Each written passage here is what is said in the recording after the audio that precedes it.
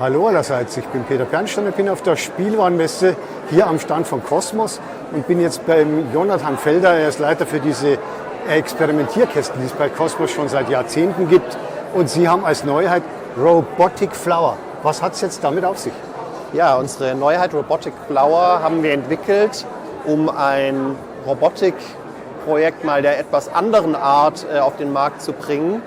Und wie man auch sieht, steht hier das Individualisieren sehr im Vordergrund und natürlich auch wollen wir hier auch Mädchen ansprechen und sie so für MINT-Berufe begeistern. Weil viele Robotikprojekte sind optisch von der Formsprache, von der Farbgebung oft doch eher an Jungs gerichtet und hier wollten wir mal einen etwas anderen Weg gehen.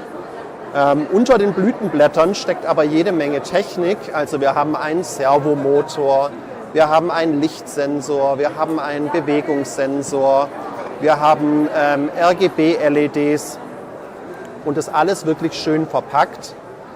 Einfach, dass das ein Projekt ist, das man baut, individuell gestaltet und sich dann aber auch wirklich gern ins Kinderzimmer stellt.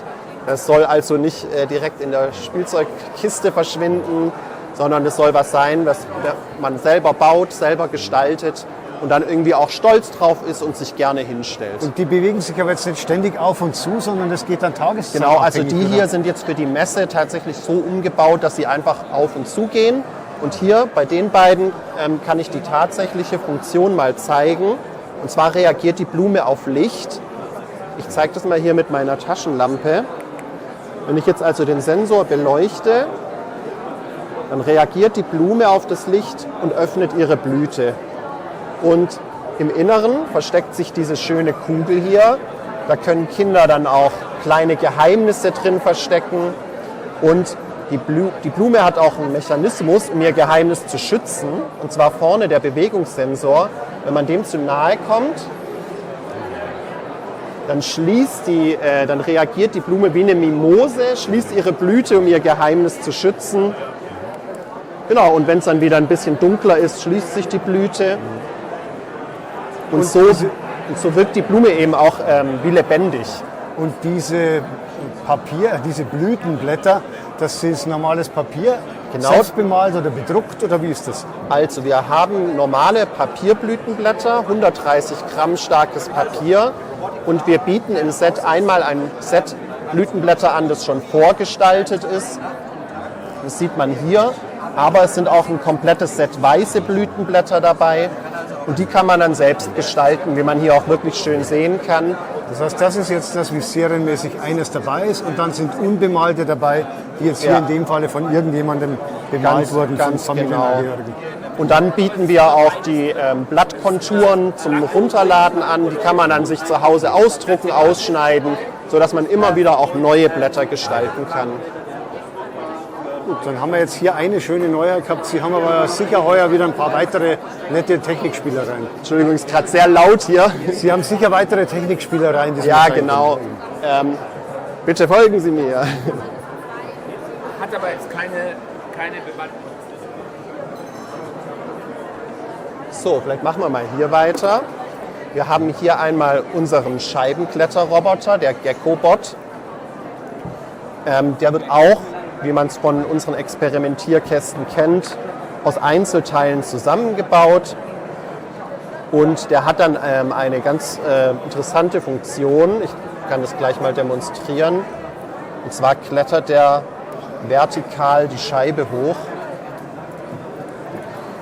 Und wir hatten auch schon Scheibenkletterer vorher im Programm und haben den aber weiterentwickelt, dass die Funktion noch besser ist. Wir haben ein neues Design, das sehr viel ansprechender und freundlicher ist. Und das ist, wir hatten schon, wie gesagt, Scheibenkletterer, aber das ist, kann man durchaus so sagen, der beste, den wir je hatten. Das heißt, der bewegt sich, die Füße bewegen sich. Ja, genau, ich kann das einmal hier zeigen. Die Füße bewegen sich, die Zunge bewegt sich passiv und der Schwanz hat leider auf der Messe schon ein bisschen gelitten, aber der wackelt dann auch beim Klettern ein bisschen mit.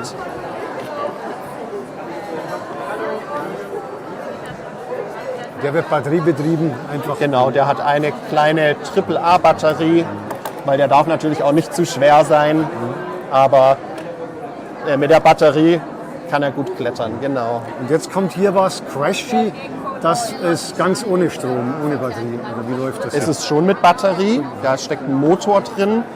Das Besondere hierbei ist einfach, dass dieser Roboter schon für kleinere Kinder konzipiert ist.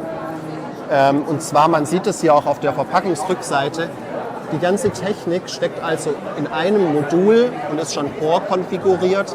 Und man baut dann noch den Panda zusammen und noch die Programmierräder und eben was noch so zu dem Gefährt dazugehört. Und dann haben wir hier unseren kleinen Sympathieträger, den Panda. Der hat also im Inneren auch Gewichte. Der ist nämlich so eine Art Stehaufmännchen. Und warum das so ist, das sehen wir gleich. Der hat nämlich sein eigenes Gefährt, der Panda. Und das fährt los, sobald er sich hier oben drauf setzt. So, und wenn er dann irgendwo dagegen fährt, ja,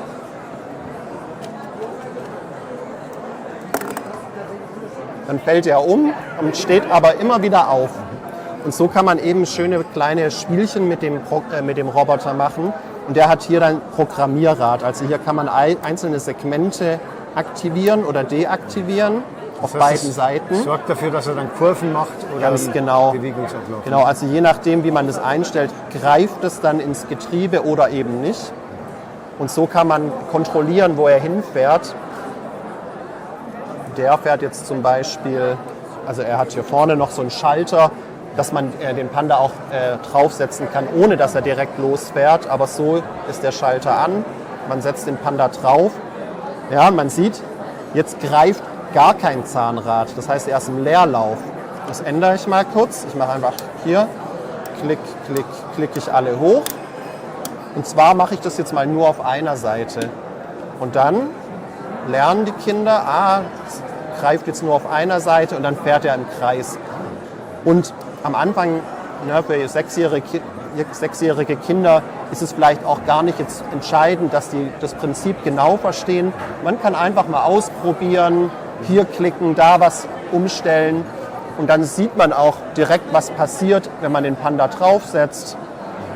Und diese Crash-Funktion ist eben noch einfach ein lustiger Effekt auch für Kinder. Also hier mechanische Programmierung in etwas einfacherer Form. Genau, ja. Und das ist auch jetzt demnächst am Markt, oder wann kommt das?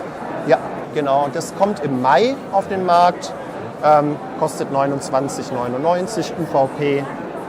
Also durchaus auch mal ein Mitbringsel von Genau. Verwandten zum Geburtstag. Ganz genau.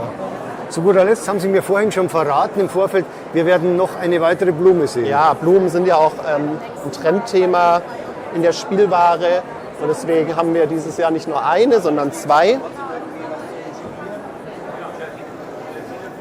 Und genau, die andere Blume ist die Solar Flower. Wie der Name schon verrät, wird die durch ein kleines Solarpanel angetrieben. Das sitzt hier hinten. Das könnte man auch mit einem Saugnapf alternativ auch am Fenster festmachen. Und wenn hier dann die Sonne drauf scheint, in der Messehalle müssen wir natürlich eine Lampe zur Hilfe nehmen. Aber wenn die Sonne drauf scheint, dann fängt die an zu rotieren. Und das ist wirklich ein sehr schöner visueller Effekt. Also wenn man frontal drauf guckt, dann sieht es sehr weich und fast schon hypnotisierend aus, wie die Blume sich bewegt. Und die kann man sich dann in eine Vase stellen, ans Fenster stellen, am Fenster platzieren. Und wenn es bewölkt ist, steht sie da, sieht schön aus. Und sobald die Sonne rauskommt, beginnt dann die Blume sich wie von Zauberhand zu bewegen und hat dann diesen wirklich schönen Bewegungseffekt, der hier durch dieses Getriebe realisiert wird. Hier lerne ich dann eben diese Funktionsweise dieses Getriebes. Das ist jetzt hier ein Planetengetriebe, glaube ich. Genau. Oder wie nennt man das jetzt hier? Und vielleicht können wir noch einmal kurz einen Blick auf die Rückseite werfen. Da sieht man wieder die Einzelteile des Bausatzes. Genau, also Kern ist natürlich der Motor und die Solarzelle, die das Ganze antreibt. Und dann baut man sich den Stiel und die Blüte. Dann gibt es noch verschiedene Clips für unterschiedliche Blüten. für unterschiedliche Vasen. Man kann die Länge vom Stiel anpassen. Je nachdem, so ist für jede Vase sozusagen die passende Konfiguration möglich. Die Blume, die erscheint jetzt schon im März. Für den Preis von 24,99 ist also auch ein schönes Geschenk für den Muttertag oder auch für den Valentinstag. Genau. Gut, dann bedanke ich mich hier für die Vorführung der neuen technischen Spielereien von Cosmos. Wünsche noch einen schönen Tag.